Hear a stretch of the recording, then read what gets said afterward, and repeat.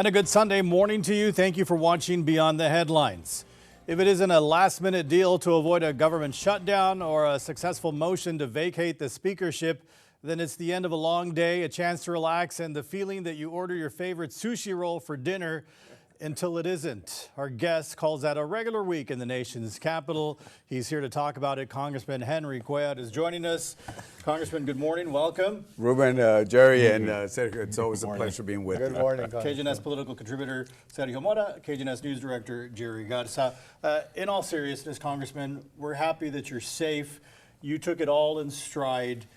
Talk about that moment for us if you can. You know, I was getting out of the Capitol and I had called my daughter. I said, I'll be home in a few minutes. Let me pick up a little sushi. Parked in front of my place where I usually park, 25 yards away from the door. And, you know, you got a lot of Democrats and Republicans that live in that place, Congressman.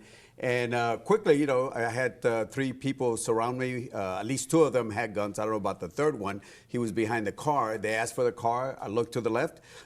He had a gun. I looked to the right. He had a gun. Third guy behind me. I said, sure, okay, you can take the car. They took off, and they didn't know that we could track them. So we tracked them quickly, tracked the phone, tracked the car, and within an hour and a half, they had the police. They still haven't found the folks because they had ski masks, and I think they had gloves on. But they're working on trying to find them. And I want to thank, first of all, the police. Yeah. And it's very important that we thank the police, and that's one of the reasons why I've been very supportful of the police. Before I let Jerry and Sergio ask anything, I know President Biden called you. President Biden, the vice president called me, 2, 3 secretaries. I had a whole bunch of folks call me. Never got your call, Jerry. But anyway, but besides that, but you know, you know, it was nice of the president to take his time to call me. We did talk about the situation, then we did talk about sitting down and talking about the border. That's and we've got a lot to unpack, and we're going to limit the time. But I do want to get to the big historic vote that happened in the Capitol this past week, and the ouster of Speaker of the House Kevin McCarthy. The House, you know, everywhere you look at it, the House is in disarray. I want to get it from somebody inside. Is the House in disarray? Where do you go from here? Are we going to have any issues finding a speaker like the ones we did last time? I mean, that was pretty much in order. And look at what happened then. Things are very different today. And I'm sure that next week is going to be very interesting as the Republican caucus tries to come up with a speaker. Where do you see this going? Yeah, you know, first of all, you know, the Republican caucus is in a civil war. They really, really are. We saw that at the very beginning where Kevin McCarthy got to his quinceanera 15 times to get there. And he, you could see that he made some concessions. And the promises here and the promises here and the promises here, they all came to roost at the same time. And apparently he didn't keep some of the promises to the far right folks, and that's what happens. So we saw that. We saw what happened at the debt ceiling you know, agreement. He shook hands, and then what does he do? He backs away. And then on the shutdown, he again agrees with us, and out of the whatever 220 Republicans they have, only 90 Republicans voted to keep the government open. And all of us, except for one Democrat, we all passed this thing. And then right after that, you know, Matt Gaetz decided to go ahead and call the motion to vacate. But one of the concessions he made back in January came to haunt him, and that is where one person can call the motion to vacate. And that's what we saw. But that far extremist group on the right, of the Republican side, they're not going to give up on that. So how are they going to be able to come to some type of agreement on the speaker? Because you know they're not going to give up on that. Yeah, I know the three people that are looking at this, but I think whoever gets selected, if we don't make a change on the motion of vacate, I don't care who it is, we're going to have that problem. Yeah. They can go far right, but in their minds, they're never far right. It's never extreme enough. And that's what they want to do. And so if we don't change the motion, whoever comes in is going to have a problem down the line. There's going to be, obviously, I mean, when McCarthy first got elected, it dragged on for many, many days. It was extremely unprecedented, many ballots. That's probably going to happen again. Is there any possibility, do you think, that some Republicans will compromise with the Democrats for a compromise candidate to get a speaker on there, or will it be too politically risky for them? I think they just won't. You know, like in Texas, you know, we see that all the time where Democrats work with Republicans to select the speaker. In Washington, you can't. Let me give you an example that I haven't said to anybody. I'll say it now. I went up to McCarthy last week personally. He was sitting down there where the Texas Republicans were at. And I said, Mr. Speaker, some of us are willing to vote present, so that would help them get elected. I said, but you got to talk to our leader, Jeffrey Hakeem. And if you sit down with them, you can do that. The day before, they spoke for 25 minutes or so, 25 minutes from what I understand. And he never asked the Democrats for help. We could have helped them. It's not our job, to be quite honest, because the majority decides who the speaker is. Right. We did that. Pelosi never had a problem. You say whatever you had say about Pelosi. She never lost a vote on the floor. She always had the majority of the Democrats. And Boehner, Paul Ryan, and now McCarthy, and probably the next one is going to have problems. Without working with us, they're going to have a very difficult time. So the government's going to be funded for 45 days. November 17th, correct. Where is it going to end? Because even if they do elect the speaker, he's going to be with a gun to his head saying, you better not compromise on this step No ceiling. pun intended. No pun intended. There's probably, they're like, if you negotiate with the Democrats, we're going to oust you as speaker. And so, I mean, is the government going to get shut down ultimately in 45 days? You know, I really worry about that because I think you laid it out the way I've analyzed this, is that no matter who gets elected, if they don't go to the extreme right and do everything that they want to do, look at the history. The last 5 shutdowns we've had from 1995 have been under Republican majorities. 5 shutdowns. And I've said the 6th shutdown is going to be under a Republican majority. We'll find out in about 39 days or so. I do worry about a shutdown. And the problem is the dysfunction, the civil war that the Republicans have. It's not a fight, divided government between Democrats and Republicans. Usually when political scientists talk about divided government, they're talking about Democrats and Republicans. Here, divided government is a divided Republican caucus that will probably lead to a shutdown because no matter who gets there, they're going to ask for the extreme. And you know, the way we do things in D.C., you sit down in a bipartisan way and compromise for the country. You think someone worse than, and I don't say worse, I say, you know, in terms of ideology, might get in, you know, Jim Jordan or along those lines, you know, that could be even worse when it comes to compromising with Democrats? I think whoever gets in, there's a couple. One of them is a good friend of mine. Scalise is a good friend of mine.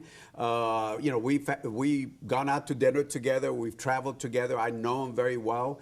But whoever it is going to be pressured by the far right.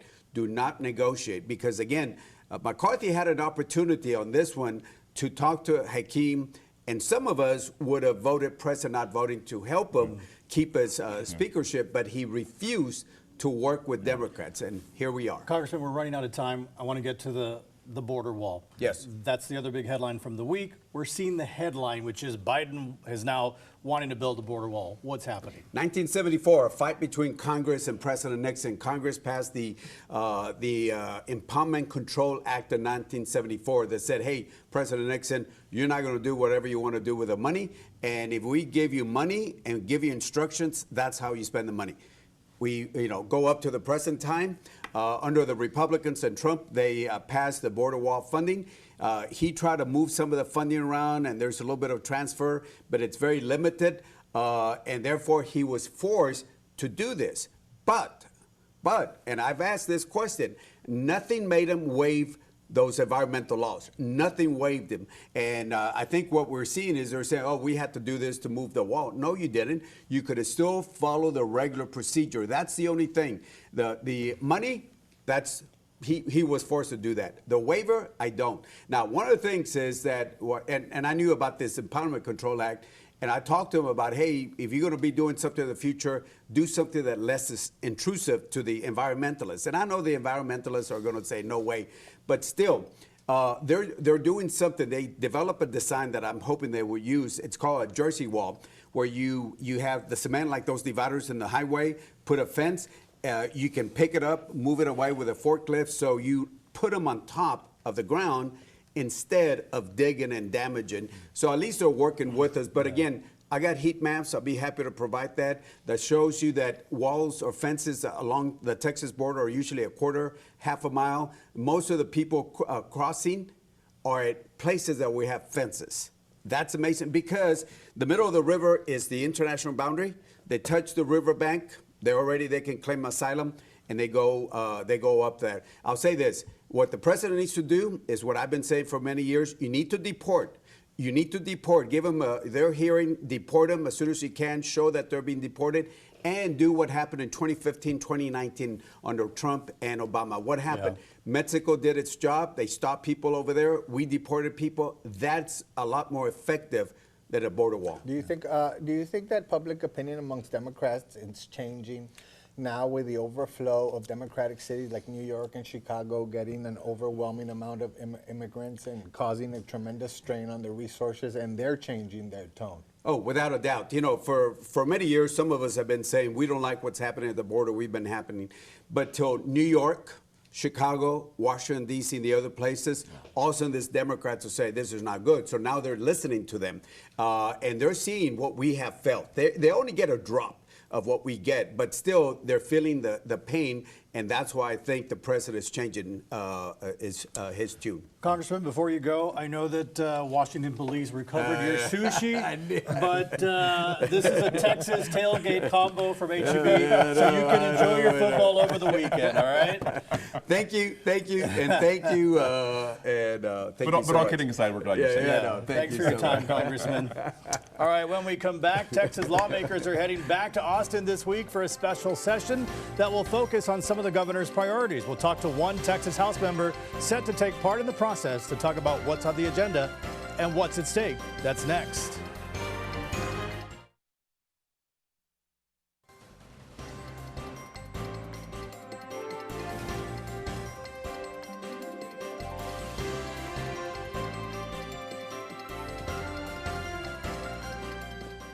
All right, welcome back to Beyond the Headlines. Texas lawmakers are being called back to Austin this week for a third special session.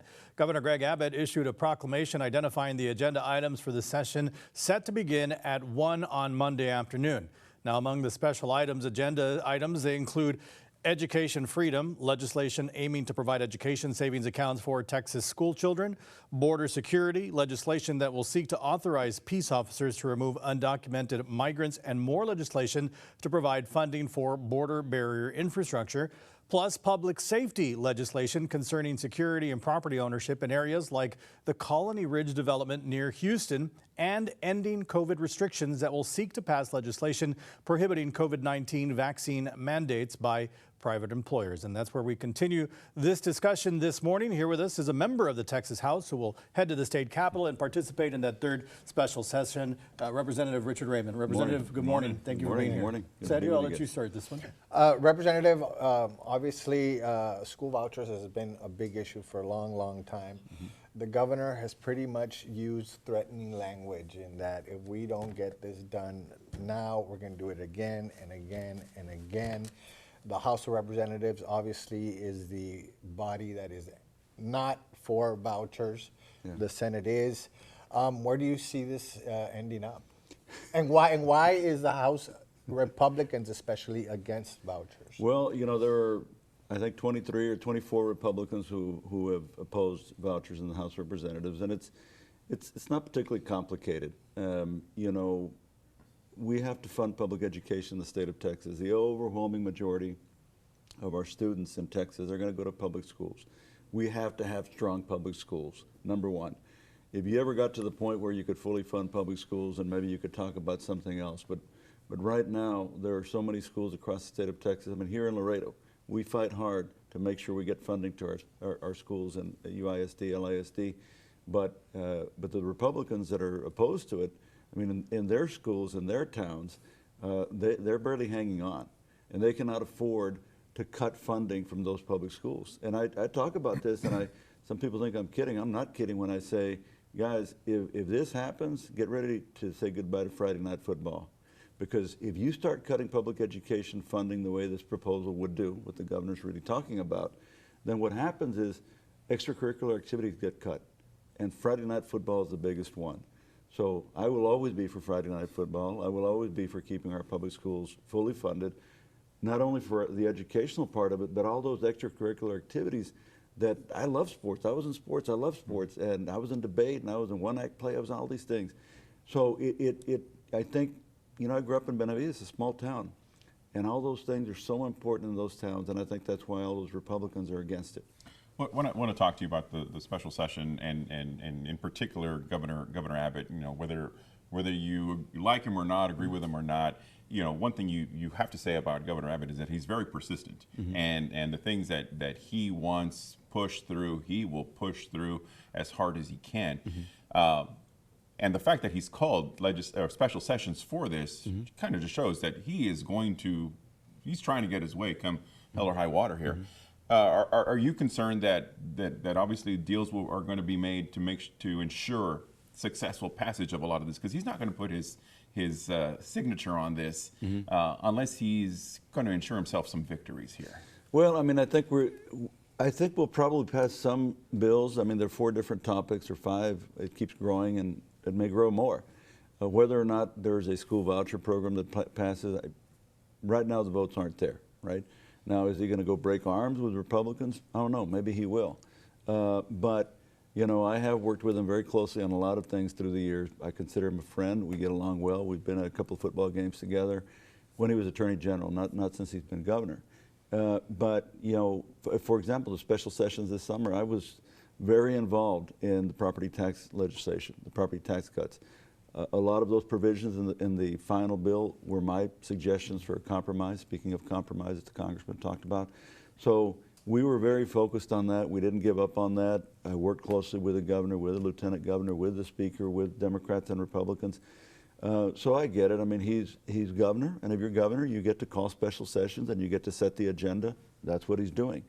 Whether he succeeds, there have been other sessions, by the way, Jerry, where you know, he sort of went full bore on that, and we didn't pass anything. So this could be a 50-50 deal where some of the things pass and some don't. Do you think that there was obviously the very contentious impeachment of Attorney General Ken Paxton by the House, where over 70% of the House Republicans voted to impeach him, Right. and only a handful of Republican senators voted to convict them? A big discrepancy among a party that's usually really united. And there's obviously threats of retaliation against these House Republicans. I mean, does this set the stage for a productive session coming up?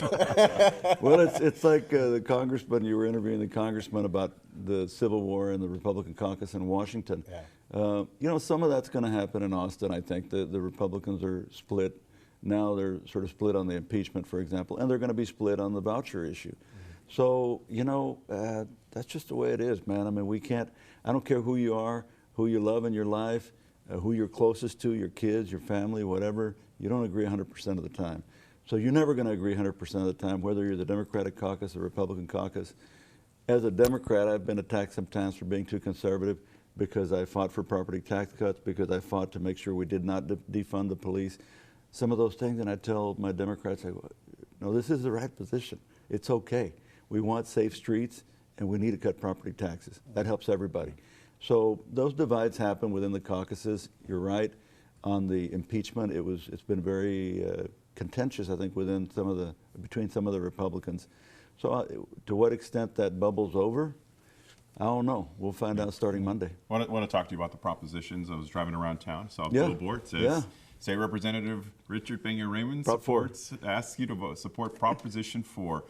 Talk to us about that and why. Very proud of that. I worked hard on that. You know, the way we do big bills is 5 of us can be an author. I'm one of the joint authors. We call them joint authors. I worked really hard on that. I have seen for years that we need to do something about property taxes. At the state of Texas, we have to do more in terms of putting money into schools. And the more money we put in from the state, the more we can lower property taxes. That's what this bill did. And, you know, we passed it, but because it's a constitutional amendment, the voters have to vote yes or no. But it's this November. It's correct? this November, November the 7th, this November. And thank you for saying that, because I tell people and they go, oh, next year. No. This November the 7th. This November the 7th. That's why we're doing billboards, and we'll be running some TV ads in this station in a few days as well. But you increase the homestead exemption to $100,000, $100,000. So, you don't get taxed on the first $100,000 of your homestead. Yeah. That's a big deal. Yeah. You put a cap on property appraisals.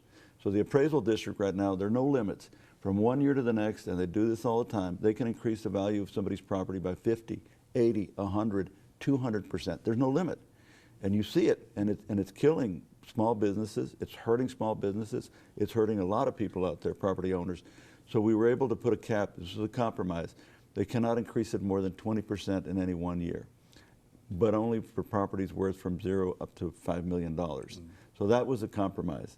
We had to work with the Lieutenant Governor, who's a friend of mine. He didn't want any appraisal caps. This was a compromise, but it's a good one. Any property out there, if this passes, any property out there, if it's worth from $0 to $5 million, they cannot increase the appraisal more than 20%. That's a big deal. Wow. So we're doing a lot of stuff. Yeah, in 30 seconds, Yeah. Representative, border security. Yes. On the priority list, where is that? Well, it's on there. I mean, it's a big priority, and I am with the congressman. We have to do something. I've said for many years that what we should do is expand the visa worker program. Let's just be honest about it. We need employees from other parts of the world to come in and fill the jobs that Americans do not want. Hotels, construction, restaurants, I could go on and on. Let's expand the visa worker program. That's what we need to do. Representative, thank you very much for your time. Yes, sir. Good to see you. Good to be with All you right, guys. when we come back, it's the one thing our panelists cannot stop thinking about from the past week. Stay with us.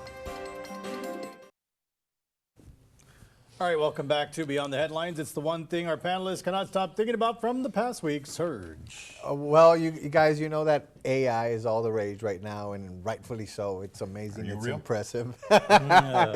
But sometimes, like everything that gets a little bit out of hand, and people start using it to sell their products or market their products that had nothing to do with AI. Well, Coca-Cola came out with an AI-designed soda called Y3000, and it is formulated, it surveyed apparently thousands of Coca-Cola drinkers and used AI to come up with a formula that it thinks would best appeal to all these consumers. And so they're marketing this soda as an AI designed soda, and that's where I think they're just... So it's an actual drink. It's an actual drink, and it doesn't taste that good supposedly, and it's a marketing gimmick. And it's a trend going on. There's AI designed IPA beer. There's AI designed coffee. There's AI designed. So the list goes on, and I think we're going to be seeing a lot of this as these months go by with the whole hype. Just at the right here. Yeah. Jerry? I'm going back to what we talked about at the beginning of the newscast, and I was glued to the TV during the entire McCarthy ouster hearings, and everybody knows I'm a political scientist by education and been in the political realm, and just from regardless of whether you're Republican, Democrat, you agree with it, just from a history perspective, in seeing the process, I think is just very, very interesting, and there's a lot to learn again about just the process and government, and I just think it's fascinating. Next week's going to be fascinating to see the entire process as well. So, All right. Chicago Bear legend, NFL Hall of Famer, Dick Butkus passed away this past week. And, I'm a football fan. If it's a legend, it's a legend. You got to appreciate great players. But more than anything, I wanted to talk about Dick Butkus. Football in his day, they would not have been exchanging jerseys at the end of the game. These guys hated each other. He played tough. When he tackled people, he wanted them to know what was coming the next time they come his way. So they don't make them like that anymore. They don't play like that anymore. It's all kumbaya now on the football field, exchanging jerseys, going to dinner. there was no such thing as taunting calls or No, PI or roughing the quarterback didn't exist. You could take his head off. Of course, that doesn't exist. But no. Dick Butkus, legend, died this week. All Football right. player's football player. That's right. All right, thank you guys. Thank you for watching. Have a blessed rest of your Sunday.